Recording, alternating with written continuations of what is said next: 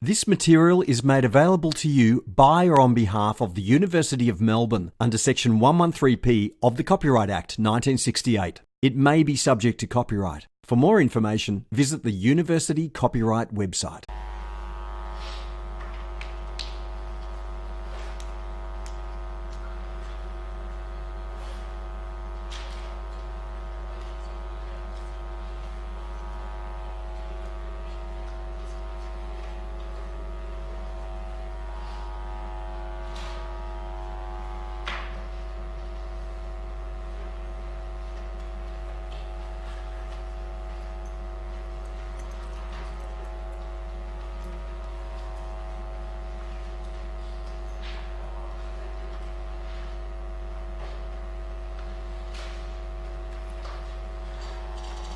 Alright, good morning everyone. So we're gonna start. So yesterday we went through tutorial 7 and the first 2 questions in tutorial 8. So today we're gonna start from the last question in tutorial 8. So this is also a past exam question. This is a second question in 2017 final exam. So we're gonna pull that out.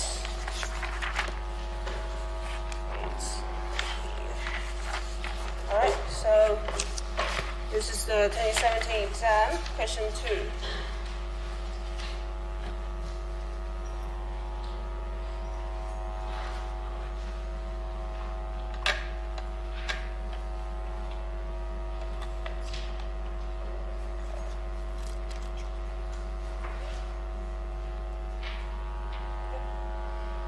Okay, so it's saying, so this is the block diagram of the system, and we know the transfer function of G, which is stable,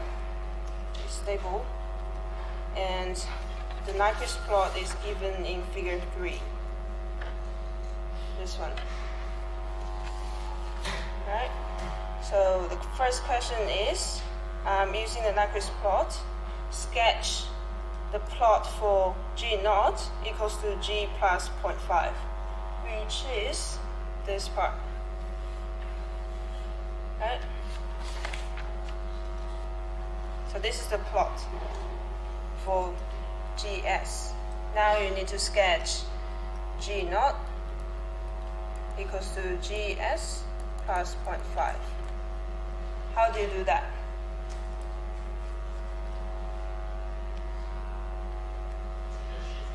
Yes.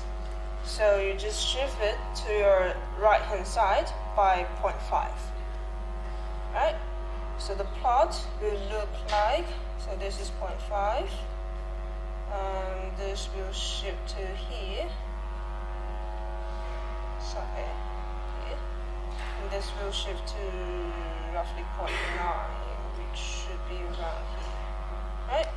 So the shifted plot will look something like, oops.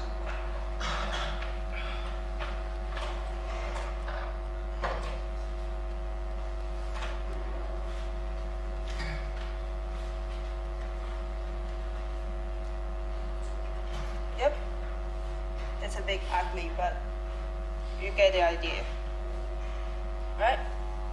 So you just shift everything to your right hand side by 0.5. Sorry? Yeah, it's better to keep them, right? So, yeah. Because that shows you how the contour travels, right? Alright, that's for the first question. So the second one, it asks you to apply Nyquist criterion to find a range of k which is greater than 0, and hence the closed loop system of this one will be stable. Right? So again, as I explained yesterday, so we are doing Nyquist stability criterion you always have z equals to n plus p, right? Where the n is the clockwise encirclements of the critical point, right? And p is the number of unstable open loop poles, right? And with this calculation, you can get z, which is your unstable closed loop pole, right? Okay. So now, so since that from the question it's given that g of s is stable, and this really doesn't change the stability, right? So your denominator will not change when you do this, right? So it is still stable. So from here, you know that your p equals to 0, right? Because this is stable, right? Which means you don't have any unstable poles, right? Okay, so now we check back on your Nyquist plot, right? So how many encirclements do you have for the shifted system? 0, right? So because your critical point is here, right? You are far away from your critical point. You didn't make any encirclements, right? So now you know that n is also 0, right? Hence, you get z equals to n plus p, which is also 0, right? And that indicates your system is stable. For any, it's asking the range of k. So, as you know that k will scale your Nyquist plot, right? So in order to make it stable, you want your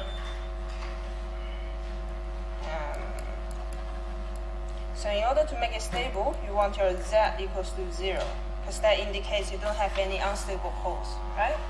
Closed loop poles, right? So which means, your n, I'll just write it here. So your n equals to z minus p, right? You want this to be 0. You have this equals to 0. So ideally, if your system is stable, your n should be 0, right? So you look for the k that allows you to have n equals 0, right? Which means you don't have any encirclements, right? So k is scaling your Nyquist plot, right? In all directions. So the closest point to the critical point on your plot is currently this one, right?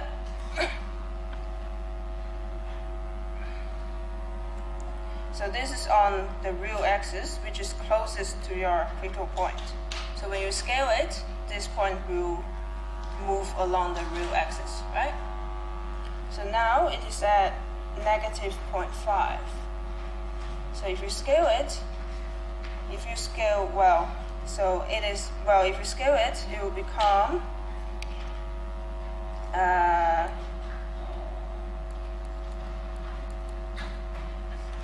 because you are scaling it.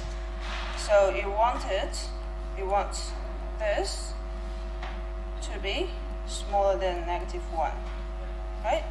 So your k should be larger than 2. Smaller than 2. Is it?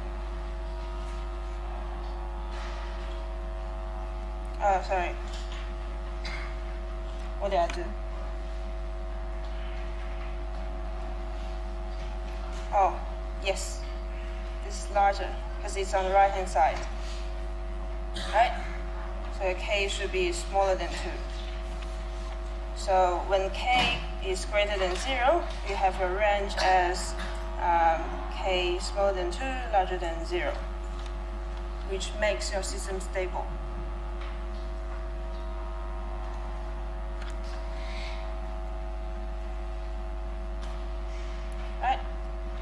Okay, so next question is asking for the range of k when k is smaller than 0 and the closed loop system is stable, right? So again, when k is smaller than 0, you kind of just flip it, right? So the shape is just flip, right? You flip it with respect to the imaginary axis, right? So in that case, this is the point that is closest to the critical point along real axis, right? And as it's shifted by 0.5, you know that this point is at 0.9, right?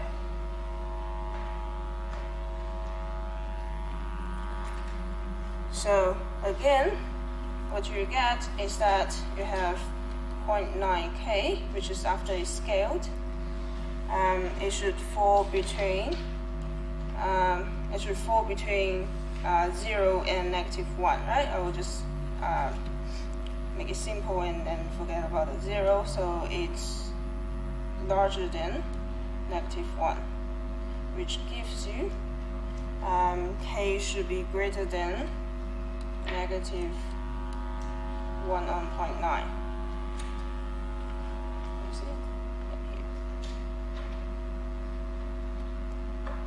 So from here, you get the answer here, which is k should be smaller than 0 but greater than 1 on 0.9.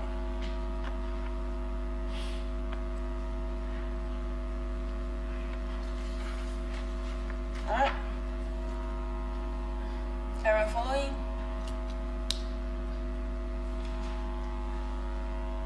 Okay, so the fourth question is saying, so suppose you have your gain equals to 1, and now using the Nyquist plot, you need to estimate your phase and gain margins, right?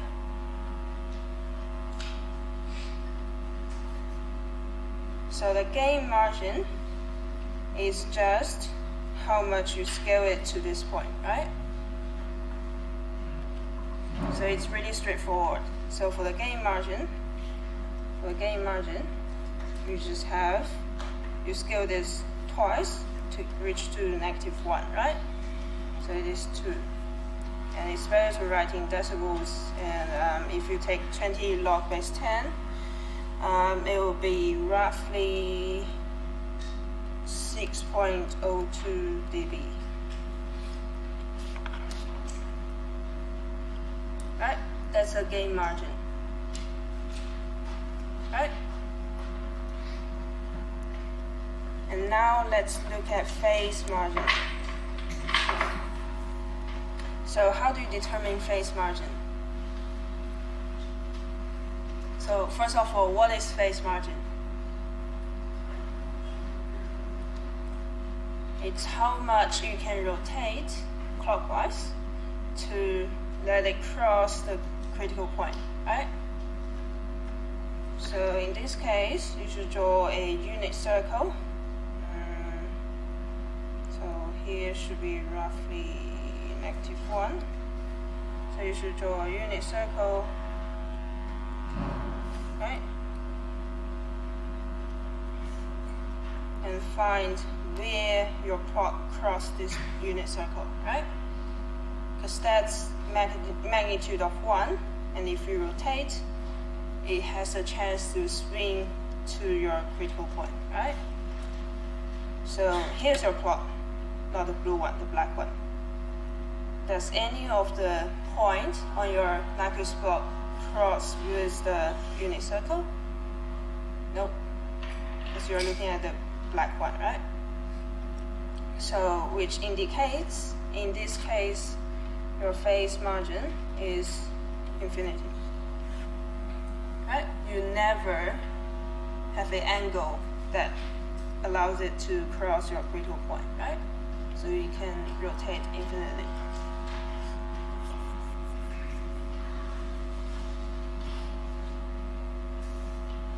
Alright, so last one. Using the Nyquist plot, estimate the peak of the sensitivity transfer function for k equals to 1 again. So k equals to 1 is really a simple case, which is just the original plot, right? So when you're looking at sensitivity peak, you are looking for the point that is closest to your critical point, right? So you draw a circle around your critical point, you make your radius larger and larger until a point that your circle just touch your Nyquist plot, right? So in this case, this is the closest point, right? So with this, you can then write down your peak. So your sensitivity peak is just, this is 0.5, so it's 1 over, well, this distance is 0.5, 1 over 0.5, which is again 2. And if you write it in decibel, it will be 6.02 dB. Right?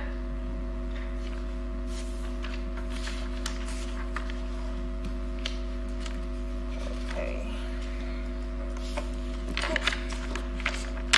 Now let's move on to tutorial 9, which is basically mostly past exam questions. For the so the first one is from 2016, second one from 2017, third one is not, and the fourth one is from 2016 again, right?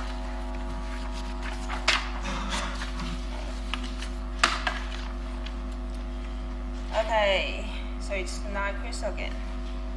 So this is the Nyquist plot of this open loop transfer function. Is it too small?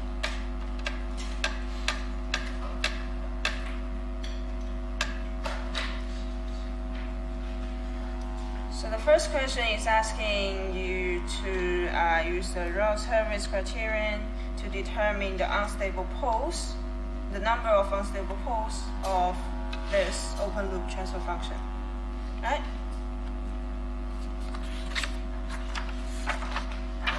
And it is giving a hint that the number of sign changes equals to the number of unstable poles you have, right? So firstly,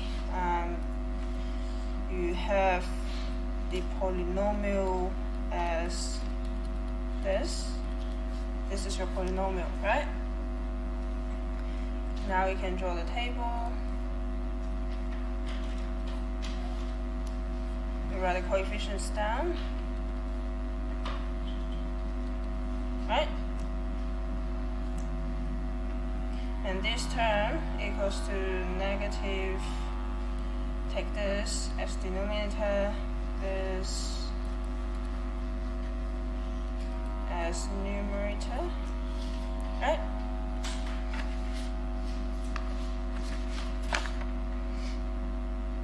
And that, and here just 0 because these two terms are 0, right? Everyone knows how to write it down, right? Okay. And this term, you take it out, you can simplify it as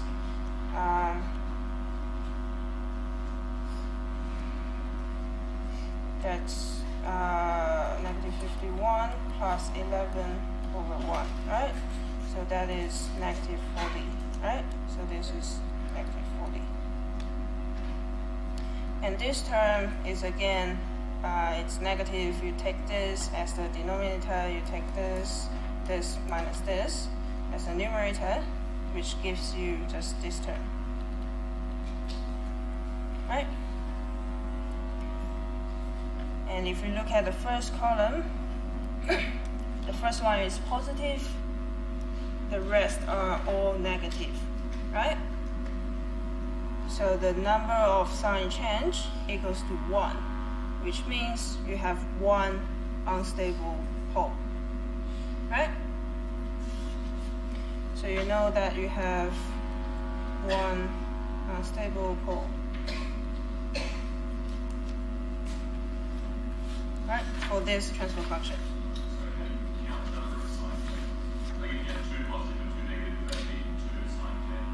So it depends. If these two are positive, these two are negative, you still only have one sign change. Yeah.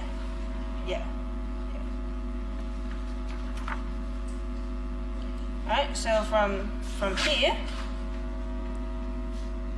you know that this transfer function has one unstable pole, right? So this is 1. And then, second step, using the Nyquist criterion, determine the stability of the closed loop system. So the first step is asking you to determine your P, right? So from the first step, you know your P equals to 1, right? And now, with a Nyquist plot, you can then check the stability of your closed loop system, right? So now we check how many encirclements do we have? 0, right? So your critical point is here, this tiny red dot. So your n equals to 0, right? And hence, z equals to n plus p, which is 1. And that means you have one unstable closed loop pole, right? So that indicates your system is unstable.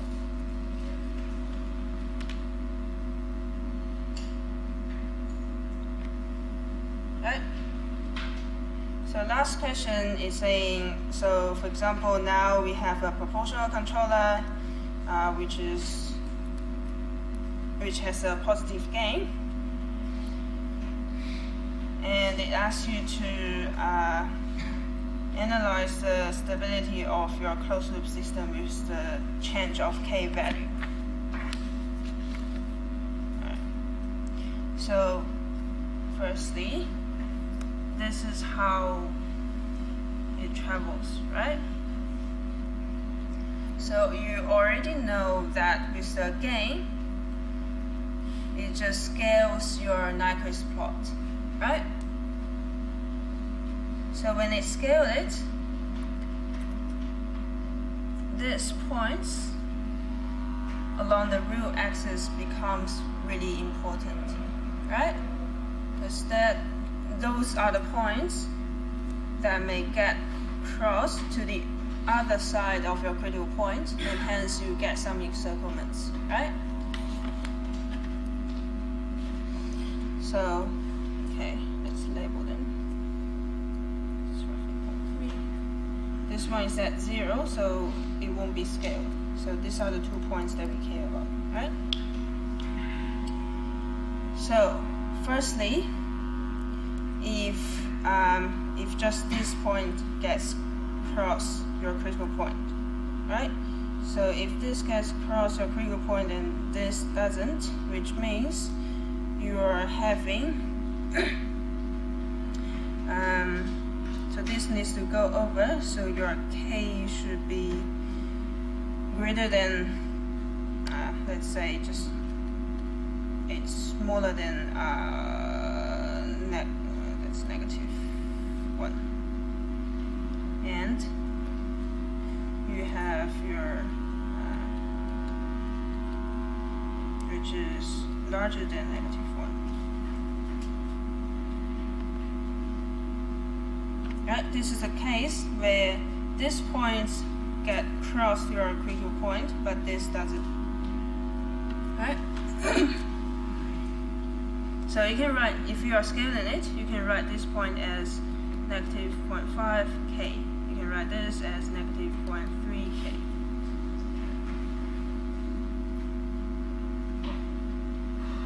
Right? So in this case, your critical point actually falls in between, right? And how many encirclements do you have? So you have one.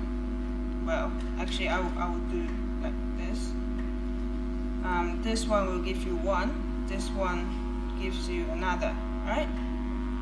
So if you travel, this is actually 1, and then this is another. So it's 2 clockwise encirclements, right? Can everyone see that? Okay. So again, your P equals to 1, that doesn't change. Your N equals to 2, which gives you Z equals to 3. Still unstable, right?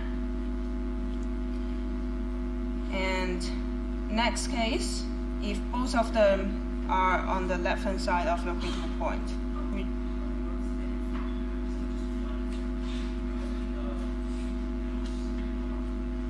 so if your critical point is somewhere in between, so if it's here,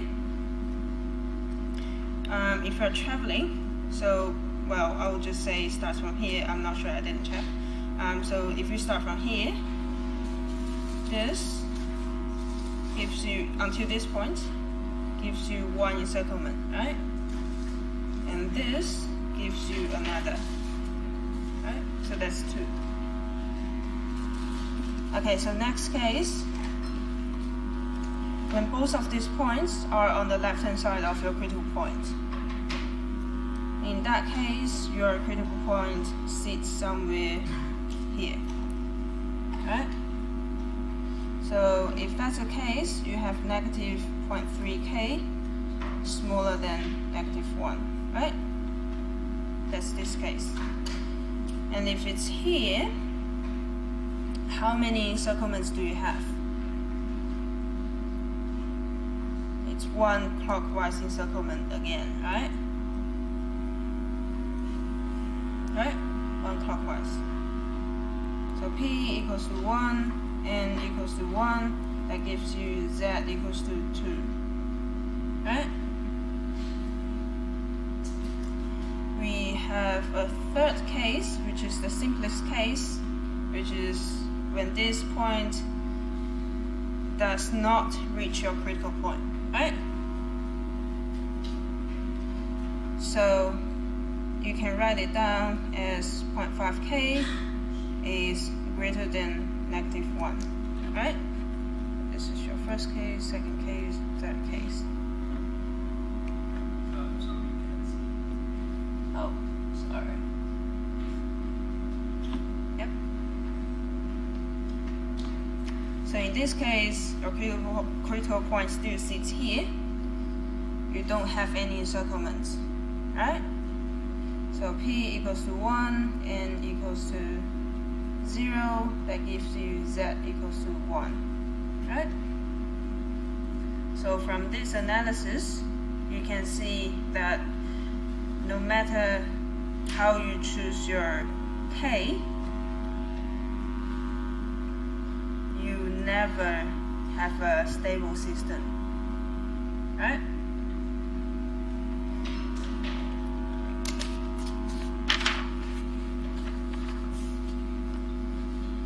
Alright.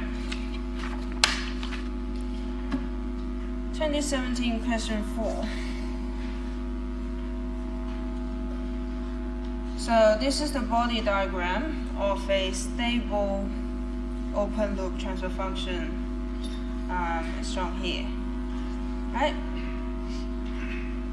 So the first question is asking,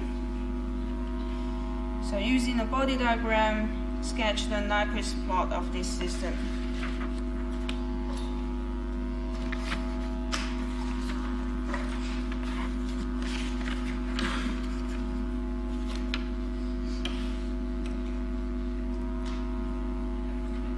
And you need to clearly indicate the plot where it intersects with the unit circle and where it intersects with the negative root axis.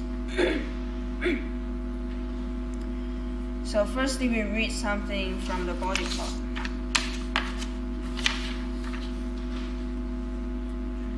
Alright. So firstly, we can read out the gain margin and phase margin if you have that. So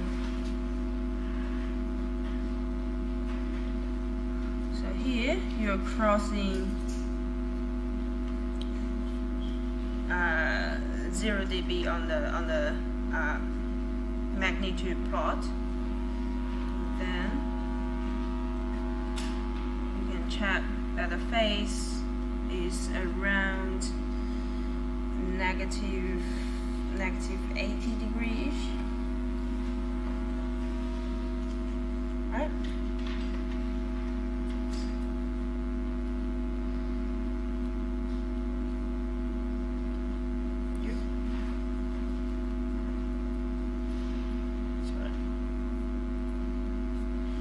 So from the phase plot, you can then check that there are 2 points that is crossing the negative 180 degree in phase, right? And you trace it up.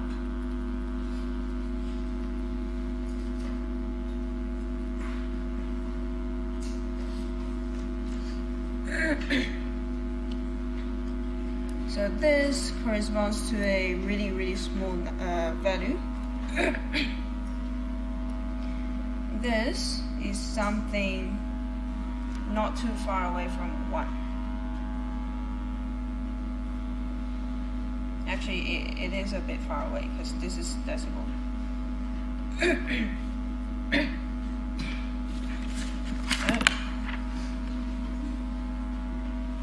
So you can estimate this as roughly, I would say, roughly negative 10 dB, which will give you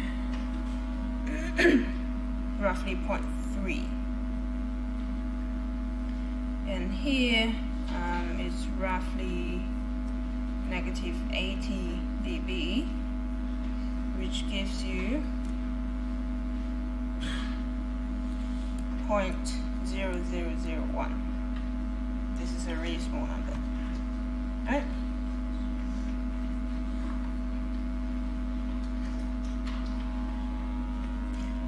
And one more thing you can read out from the plot is that when omega is very small, getting close to 0, you have your magnitude here. Right? It's a positive value. You can estimate the magnitude as well. So it's roughly, I would say, roughly positive 10 dB.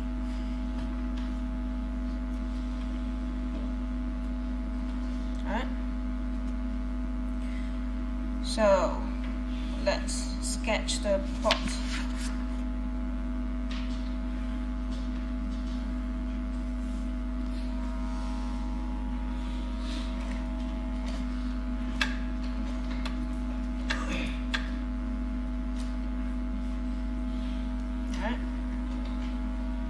So you know that when omega equals to 0, you have something positive.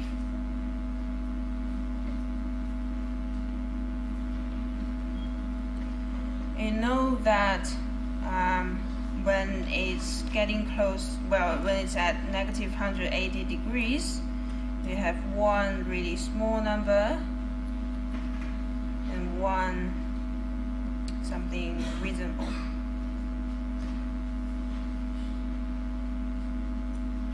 Right?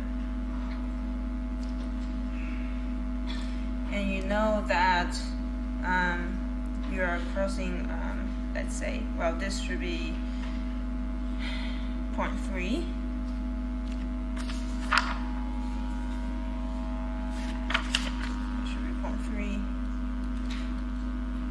Because it's negative 180 degrees, so it's on this side, so it's negative, right? So you have your critical point somewhere here.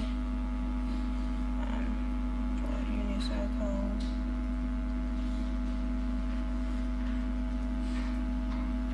So you know that it crosses the unit circle at around negative 80 degrees, right? So where is negative 80 degrees? It's around here, right? I should have put push this a bit forward. Because this is definitely larger than 1, so I should put it further away. This is unit circle. So it will look like something. Oops.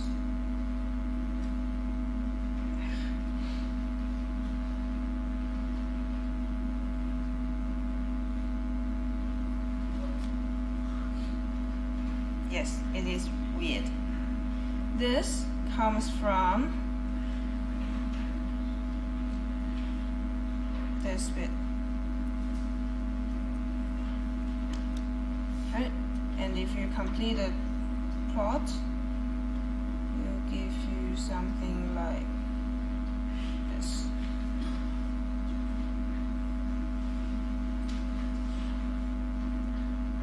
So if ever in your life you need to sketch it by hand according to the body diagram, the important things you need to show will be where it crosses the rule axis, where it crosses the unit circle, and if you like, you can plot more points along this contour to make it complete. But as long as you capture the most important features, then you're fine, right? So here's the solution provided. It looks like this, right?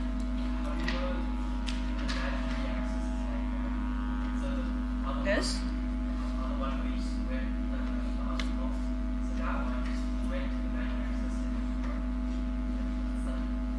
Oh, here.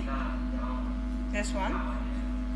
So, well, something you can do is that you can read point by point on your phase and magnitude plot, and then you just plot that dot on the complex plane. And if you connect the dots, you find it's something similar to this. Right? So, for example, this is at negative 90 degrees. You can read it out, and that's the magnitude. And you can do that for the rest of the contour, and then you can connect the dots. Eventually you find something similar to this. Alright.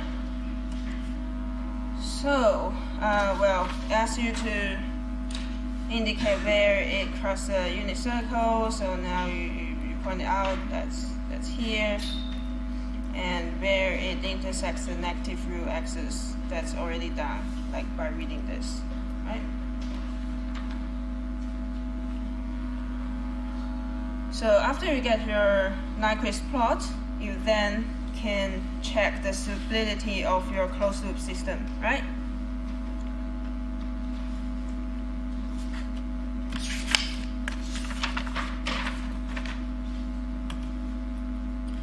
Okay, so it's given in the question that it says your open loop transfer function is stable, right? So you know that your P is 0, right? Because it's stable, right? And here's your critical point. You don't have any encirclements, right? So your N is also 0, right? That gives you Z equals to N plus P, which is also 0. Right? Which means your system, well, your closed loop system is stable, right? Stable.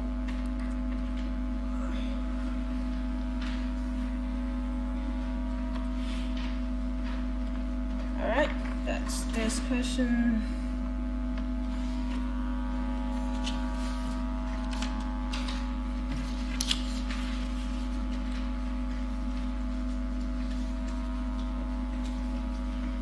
Question 3. So this is a simple one. This is the transfer function. This is the body plot of that transfer function, and it asks you to find the phase and gain margin.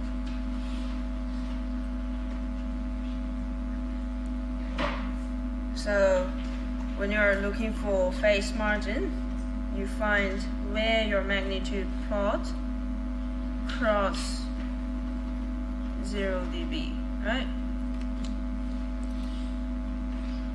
Here it is. And then you map it down.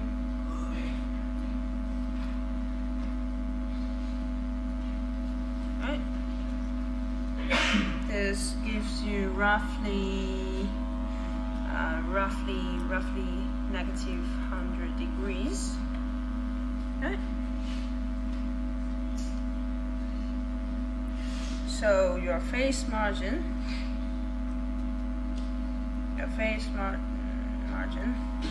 equals to negative 100 degrees minus negative 180 degrees, right?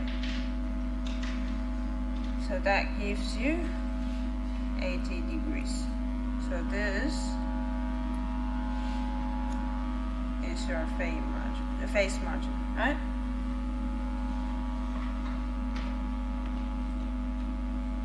And when you're looking for your gain margin, you need to find where your phase plot crosses negative 180, right?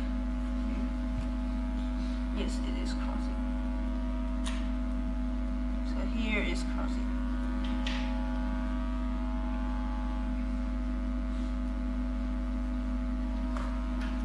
Then you map it down, map it up. Roughly here. This bit is your gain margin. Right? So you can read it out. It's roughly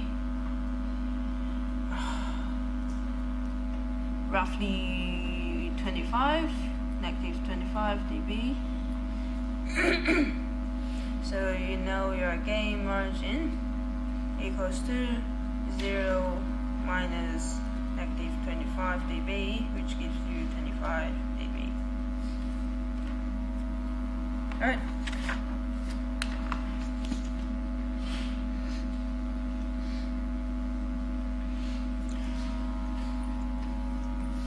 And after this, it asks you how do these margins change if your gain is doubled.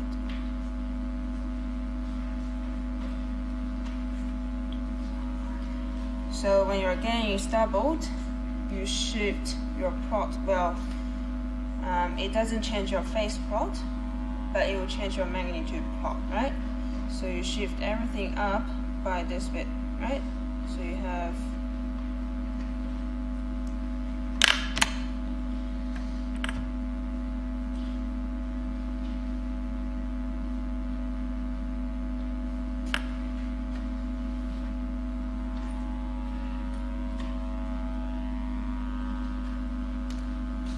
something like this.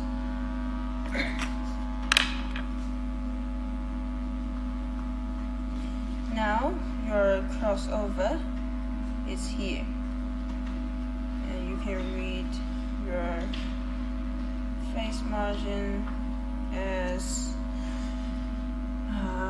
this is roughly negative 130 degrees, I would say.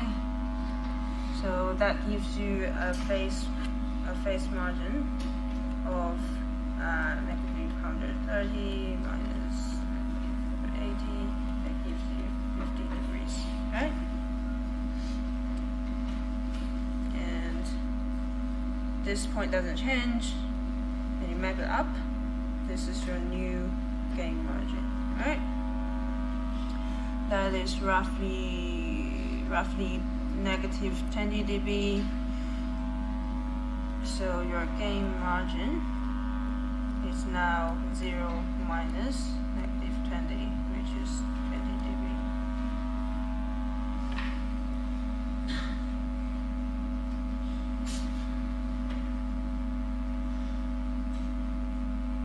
Right?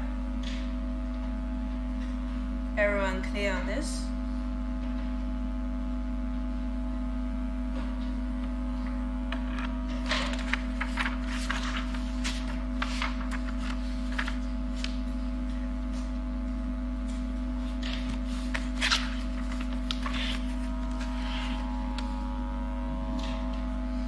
Alright, so the last one.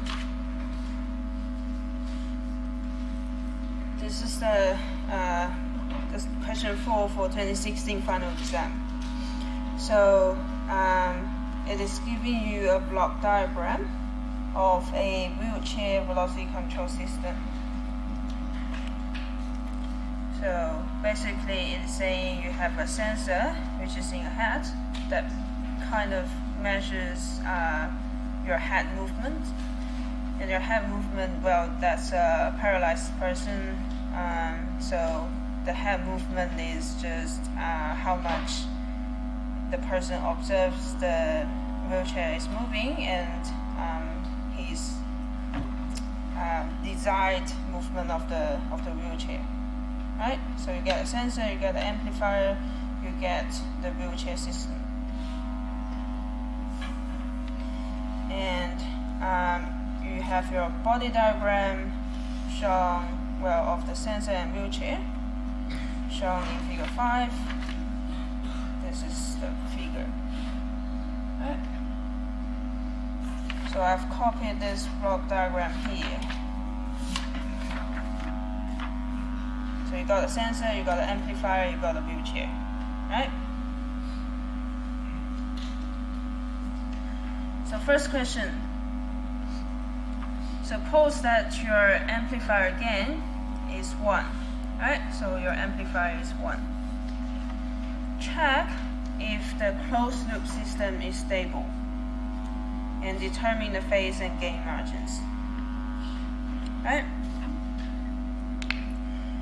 So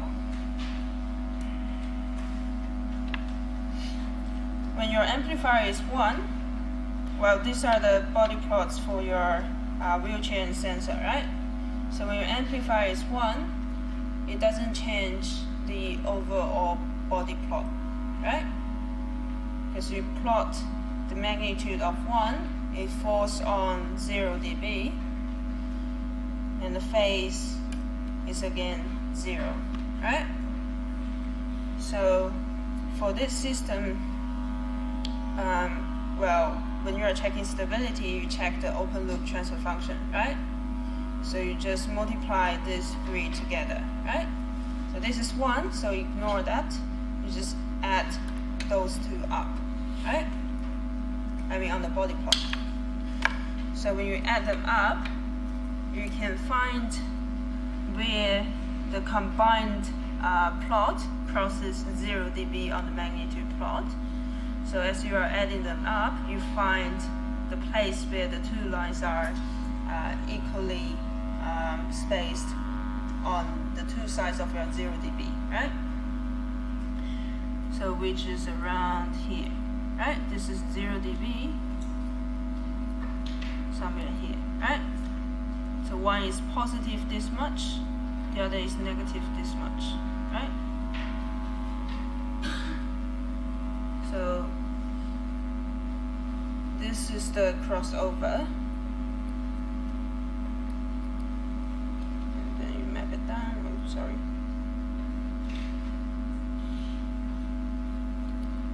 Alright. And now we can find the phase by adding these 2 up. Alright. So this one is around how much is that? Around negative, I would say 65 or more, 70 roughly, negative 70 roughly. Right? This one is close to negative 135, right? So if you add them up, that is already over negative 200 degrees, right? Which is below negative 180, right? And if you check the phase where it adds up to negative 180, it is roughly here. So you add this bit to this bit, which is around 180. Right? So then you read it up. These are the gains, and you know that if you use this one to subtract this bit, it is a positive number, right? So your gain is above 0, which means in this case your gain margin is negative, your phase margin is also negative, right? And that indicates you are likely to have an unstable system.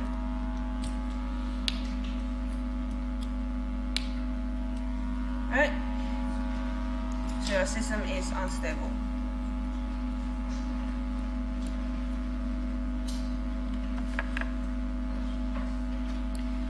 Second question, it says adjust the amplifier gain so that your phase margin is at least 30 degrees. What is the gain margin in this case? So a amplifier gain will bring your magnitude plot up and down, right? So if you want a phase margin to be at least 30 degrees, well, if you have a positive gain, it won't change your phase plot, right? So if it doesn't change your phase plot, you find a place that allows you to add up the phase so that you get something roughly negative 150, right? So if you reach the phase of negative 150, which gives you the phase margin of 30 degrees, right? So you find the place which is around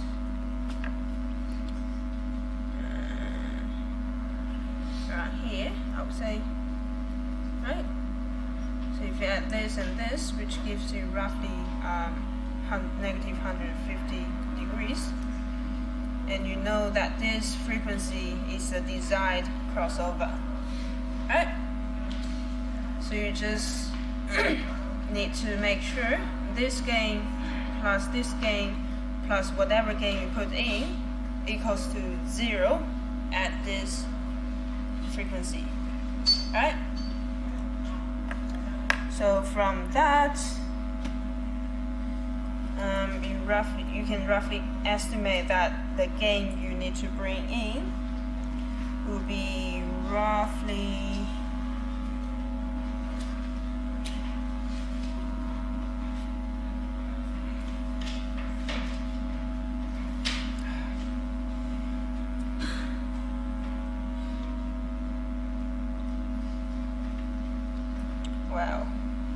roughly this much.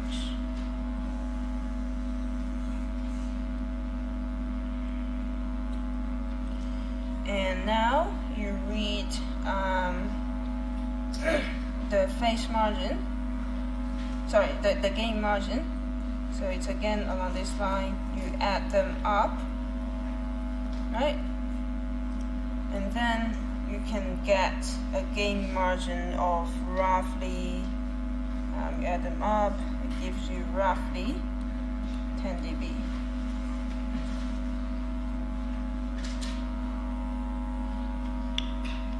Right? So the last one is saying, is it possible to adjust the amplifier gain so that you can achieve a steady state error smaller than 0.01 and the phase margin at least 30 degrees, right? So if you can find it, what's the range of K for this this value, right?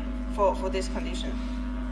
So when you're checking the steady state error, you're checking the point that is crossing, well, when your omega is close to 0, so it's on the, well, it's a DC gain basically, right? So your steady state error, well, assume it's stable. You have